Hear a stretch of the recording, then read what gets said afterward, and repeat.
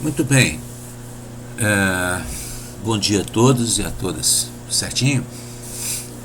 Então, esse vídeo de hoje, essa aula de hoje, é para a gente começar a falar de um assunto que é muito sério. Esse é um capítulo que a gente não pode prevaricar.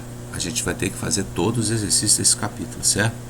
Você não pode levar dúvidas, porque esse capítulo de corrente, ele vai acompanhar a gente até o final do ano. Esse conceito que a gente vai trabalhar hoje vai até o final do ano. E ele está dentro daqueles assuntos da eletrodinâmica que mais caem no vestibular. Entendeu? Então nós vamos ter que fazer isso com muita cautela, com muita calma, mas com muita firmeza. Né? Muita firmeza. Então eu peço a vocês que estejam bem atentos e se dediquem a esse capítulo. Né? E os outros que virão daqui para frente. Bom, mas vamos lá então. O capítulo hoje, a aula de hoje é para falar sobre corrente elétrica. Então nós vamos acompanhar esse PowerPoint aí, que ele vai mostrar para a gente de uma forma bem dinâmica o que é isso que a gente está trabalhando. Ok? Então veja, ó, nesse primeiro quadro que a gente tem aí, você está vendo aqui que nós temos os negativozinhos e os positivinhos, certo? Vamos fazer a seguinte definição já. Negativo, ele pode ser elétron ou pode ser um ânion, certo? Os positivos, eles só podem ser cátions. Prótons não se movem, certo? A não ser em condições muitíssimo especiais que não convém aqui. Para o estudo que nós vamos fazer, se existem cargas elétricas se movendo, essas cargas elétricas ou elas são elétrons ou ânions se forem negativas. Se for positivas, são cátions, beleza? Então é essa a tela aí. Então como é que elas se movem? Então vamos ver isso aqui, ó. Nós temos aqui a matéria em 3 estados: sólido, líquido e gasoso. Quando essas cargas estiverem aqui, ó, no estado sólido, quem se move são elétrons livres. Não existe ânions se movendo em corpos de estado sólido. Então, eles são elétrons.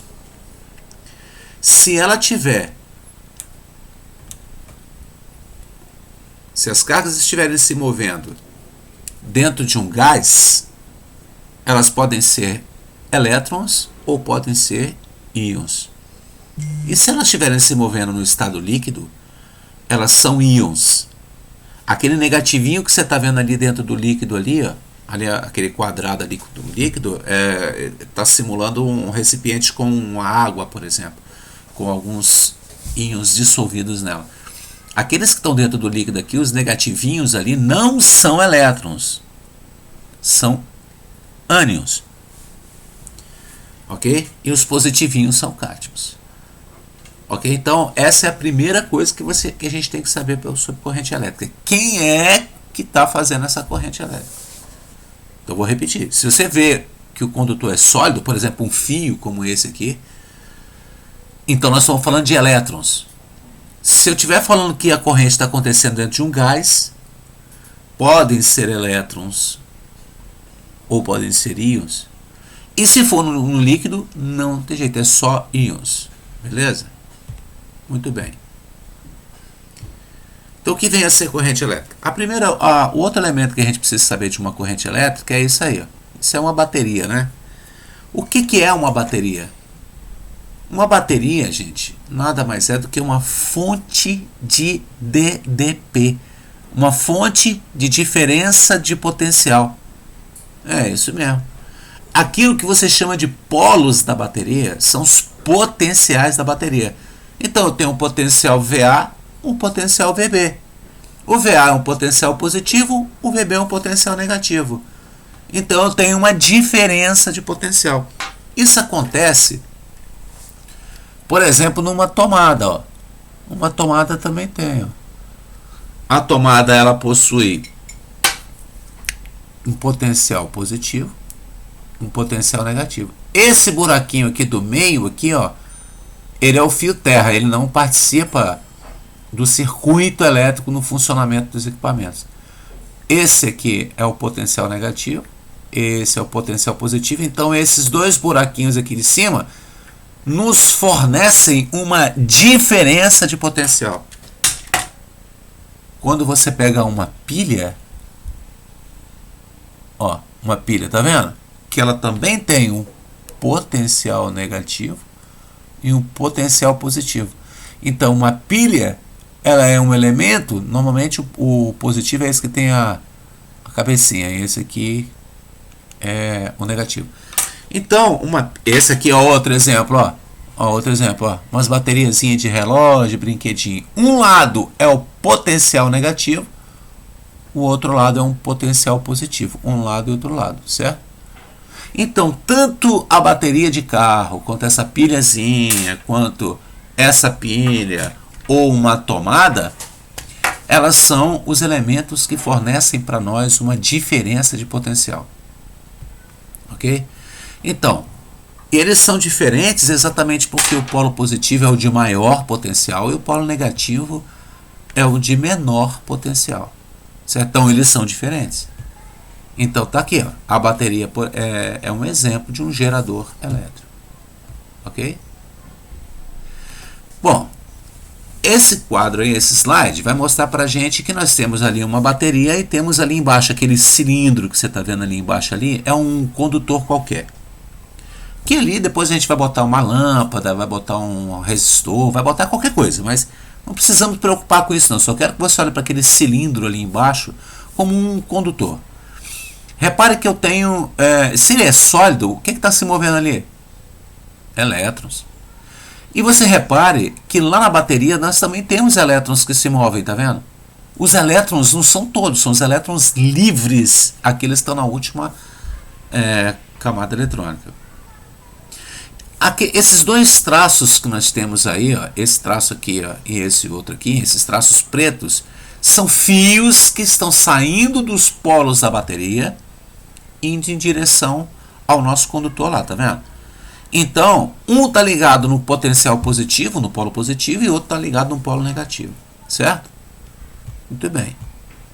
Então, ó, as cargas, elas se movimentam em um movimento que a gente poderia chamar de movimento aleatório. E isso não é uma corrente elétrica, porque elas têm um movimento em todas as direções. Não é um movimento ordenado. Então, ela não é uma corrente elétrica. Elas não geram uma corrente elétrica. Agora, quando você encosta um lado lá, por exemplo, o polo positivo no condutor lá embaixo, então o condutor fica potencialmente positivo. Você se lembra que quando a gente disse para você que quando dois corpos se encostam, dois corpos quaisquer, vamos pegar aqui um exemplo, dois corpos, esse tem um potencial, esse aqui tem outro. Quando eles se encostam, eles não ficam com o mesmo potencial. O contato não faz com que dois condutores tenham o mesmo potencial. Então significa dizer que naquele cilindro ali, aquele lado esquerdo onde encostou, ficou positivo. Então todo o cilindro ficou com potencial positivo. Mas só positivo, não tem diferença ainda. O que vai acontecer é que eu vou com... Ó, tá vendo? Tem uma DDP e eu encosto o outro lado. Olha o que aconteceu aí. Quando eu encostei o outro lado, aquele cilindro ficou com um lado potencial positivo VA, o outro lado com potencial negativo VB. Ou seja, naquele cilindro ali eu estabeleci uma diferença de potencial. Ora, nós não vimos que cargas elétricas se movem a partir, por exemplo, de uma DDP ou no campo elétrico? Então olha para essa imagem. Tá vendo aquele E ali? Está indicando que há um campo elétrico saindo do lado esquerdo para o lado direito, ó, ao vetorzinho ali.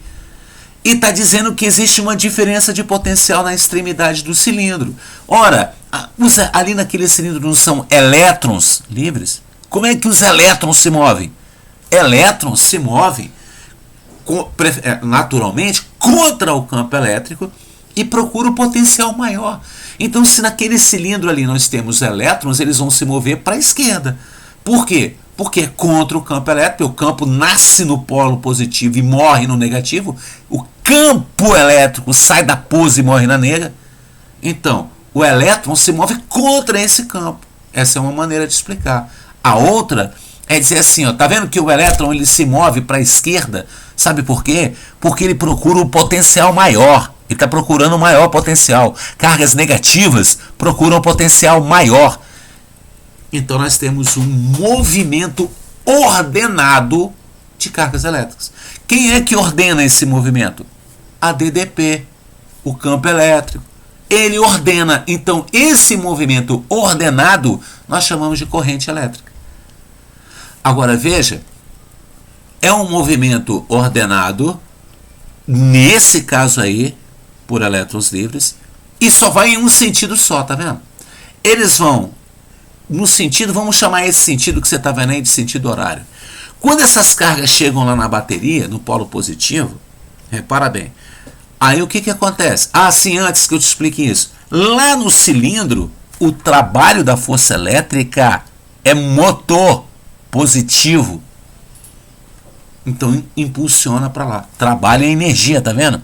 Energia, nesse caso aí, energia elétrica. Trabalho se convertendo em energia elétrica. Bem, trabalho da força elétrica. Então é positivo. Quando chega lá na bateria, não seria natural que os negativinhos ficassem agarrados lá no polo positivo? Seria. Mas essa é a função desse bichinho aqui, ó. Aqui dentro existe um processo químico que separa os positivos dos negativos. É um trabalho contra a força elétrica. Aqui ele empurra para o outro lado. Essa é a função da bateria, da fonte de DDP. É exatamente separar. Trabalho negativo da força elétrica. Dentro do gerador, o trabalho da força elétrica é negativo. É resistente. Então, a DDP gerada na bateria vai fazer com que as cargas se movimentem. Ok? Muito bem. Então vamos ler aí, ó. A corrente elétrica é o movimento ordenado, lembre-se, ordenado pelo campo e pela DDP, de cargas elétricas. Quando essa corrente é uma corrente de elétrons, ela chama-se corrente eletrônica, porque é um movimento de elétrons, porque o fio é sólido. Tá lembrado? Então vamos continuar aqui na sequência, ó. Agora imagine que eu tenho aí, ó, uma caixa com água pura. Então, ali dentro da água não existem íons, porque a água não é um composto iônico. Não é isso? É molecular. É uma molécula. Agora, se eu jogar um sal, por exemplo, ali dentro, ele não vai se dissolver em íons. Então, ali dentro daquela água, nós vamos ter íons se movimentando. Aqueles ali são cátions, tá vendo? Se movimentando. E podem aparecer, eventualmente, ânions também. Então, quando esse movimento for de íons, ó, tá vendo? Íons se movem. Você perceba que os positivos se movem para o lado, então os negativos vão para o outro, porque eles têm movimentos ordenados de maneira diferente. Os positivos a favor do campo e procurando potencial menor. Os positivos. Os negativos são contra o campo e procurando potencial maior. Então, para onde vai o positivo, o negativo vai ao contrário. É o contrário, né? Então, quando esse movimento acontece, nós chamamos isso de corrente iônica. Ele é um movimento ordenado de íons. Então, nós temos uma corrente eletrônica, quando for de elétrons. Quando for num fio, é corrente eletrônica. E movimento e uma corrente iônica, que é movimento de íons. Então veja, então se esse movimento é ordenado, ele tem um sentido, não tem? Ele tem um sentido. Ó, a gente vai chamar esse sentido de sentido real. De novo, olha lá, ó, os negativinhos, por que eles estão indo para a esquerda? Porque eles estão procurando o potencial positivo da bateria, né? Esse é o sentido real. Agora, nós vamos fazer o seguinte, nós vamos adotar um sentido que nós chamamos de sentido convencional. O que é o sentido convencional? O sentido convencional é o sentido contrário ao sentido real. Mas por quê, professor? Bom, aí é uma questão meio que histórica, porque quando os primeiros físicos investigavam a corrente elétrica, eles não sabiam da natureza do átomo. Então eles imaginavam o seguinte: se tem alguma coisa se movendo, essa coisa ela é positiva, por isso ela se move. Eles imaginavam assim. Então todo o estudo da eletricidade foi concebido entendendo as cargas positivas se movimentando. Depois que a gente ficou sabendo que elas não são as positivas, são as negativas, tinha que mudar tudo. Só que aí, essa mudança não altera as contas, não altera nada. Então, preferiu-se fazer o seguinte: olha, vamos adotar que existam dois sentidos. Um que seja o real, que é aquele sentido lá que você está vendo na esquerda, e o sentido convencional. E a gente vai dizer isso de uma maneira mais legal. A gente vai dizer assim, ó, no sentido real, as cargas, a corrente elétrica, olha o que eu já estou falando, ó, eu já estou falando de corrente, eu estou falando de fluxo de cargas elétricas. Quando elas vão contra o campo elétrico, é o sentido real, porque eu estou falando de elétrons, tá? Estou falando de elétrons. Quando eu falar do sentido convencional, eu vou dizer assim, não, nós estamos adotando um sentido a favor do campo elétrico. Então o sentido convencional é aquele que a corrente elétrica flui no sentido do campo. Nós aqui no Brasil adotamos o sentido convencional. Então nós vamos trabalhar sabendo que o movimento para um lado, a gente vai fingir, fazer de contas, assumir que é no sentido oposto. Isso não vai mudar nada. Só vai mudar na hora de determinar o sentido. Ok? Então tá aí, ó. O sentido da corrente elétrica, então, ele é o sentido contrário ao campo elétrico, quando for o sentido real, e quando for o sentido convencional, ele é o sentido contrário da corrente, né? É contrário ao movimento dos elétrons. O sentido da corrente é o sentido imaginário, como se fosse das cargas positivas, elas não se movem. Carga positiva não. É imaginário, faz de conta que sejam as cargas positivas no mesmo campo elétrico. Agora, como é que eu calculo essa corrente? Olha bem, imagina que eu tenho um cilindro aqui e eu vou determinar uma área de uma seção transversal desse cilindro. O que é uma área da seção transversal? É como se eu pegasse esse cilindro e cortasse ele aqui, ó. A área da seção transversal é essa, nesse caso aqui, essa área dessa circunferênciazinha aqui, né? Então essa é uma área de uma seção transversal de um cilindro. Ok?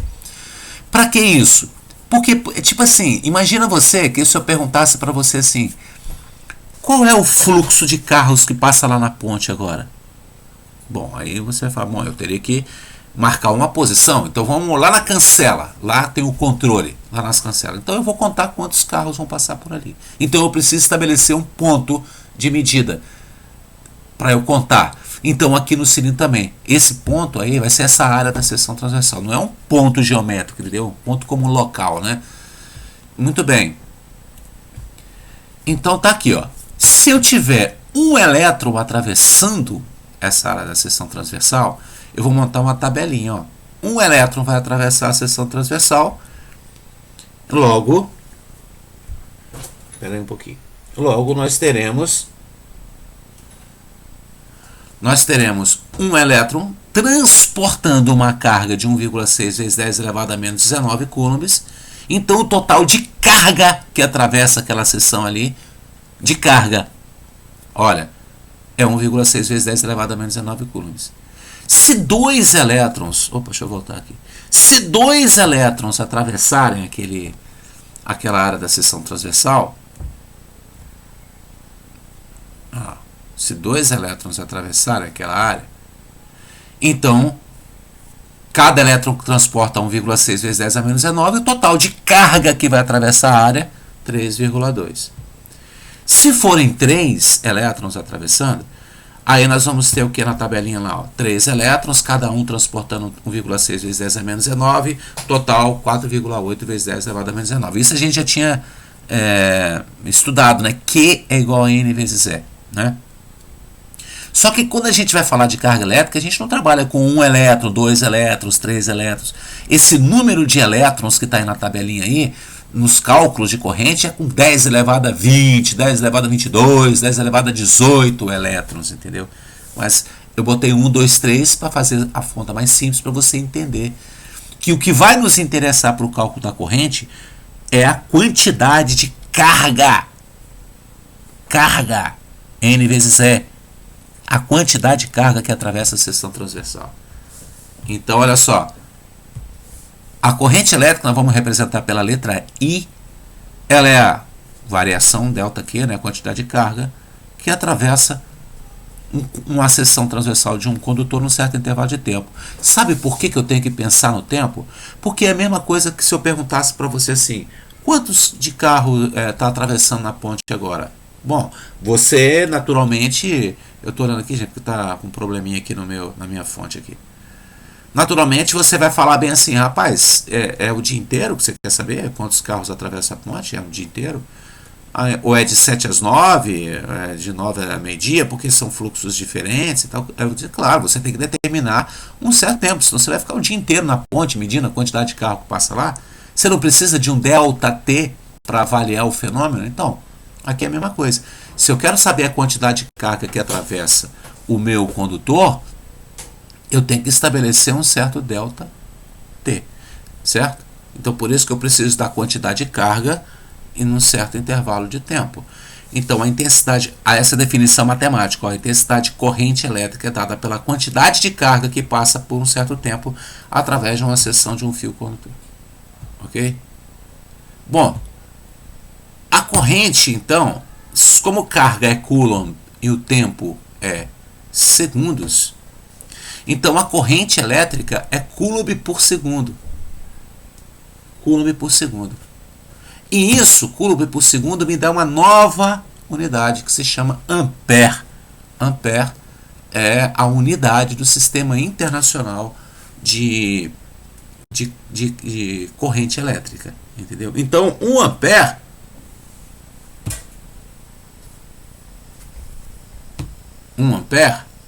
é 1 Coulomb dividido por 1 segundo. Ok? 1 ampere é 1 Coulomb dividido por 1 segundo. Olha lá. Nós vamos trabalhar sempre com os submúltiplos do ampere. Então, os submúltiplos são o miliampere, que é 10 a menos 3 ampere, e o microampere, que é 10 elevado a menos 6 amperes.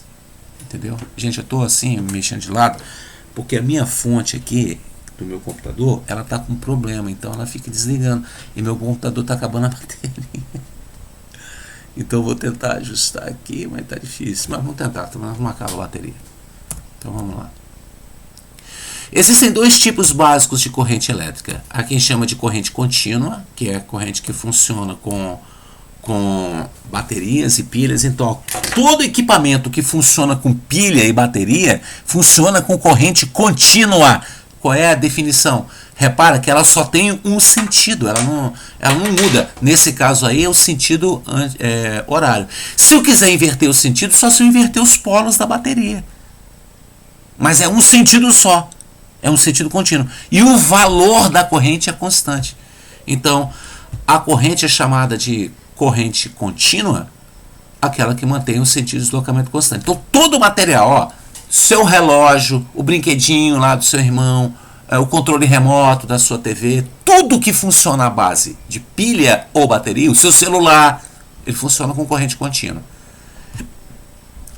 Então, olha só, se ela é contínua, se eu quisesse montar um gráfico, uma tabela em um gráfico da corrente em função do tempo, nós teríamos alguma coisa parecida com isso que está aí, ó.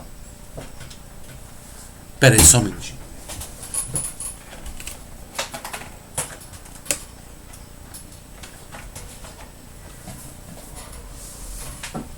Aí, eu acho que agora vai.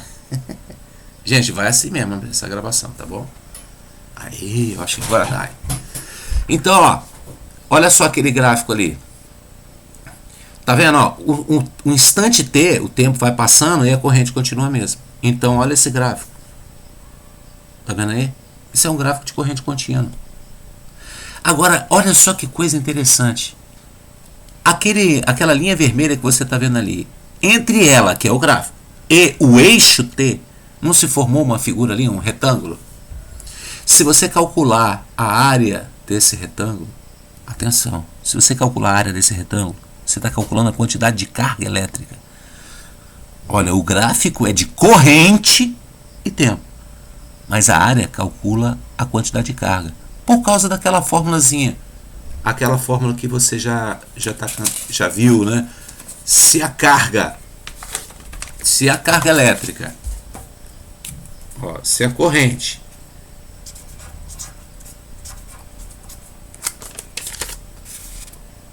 é Q sobre delta T, como é que eu calculo a carga?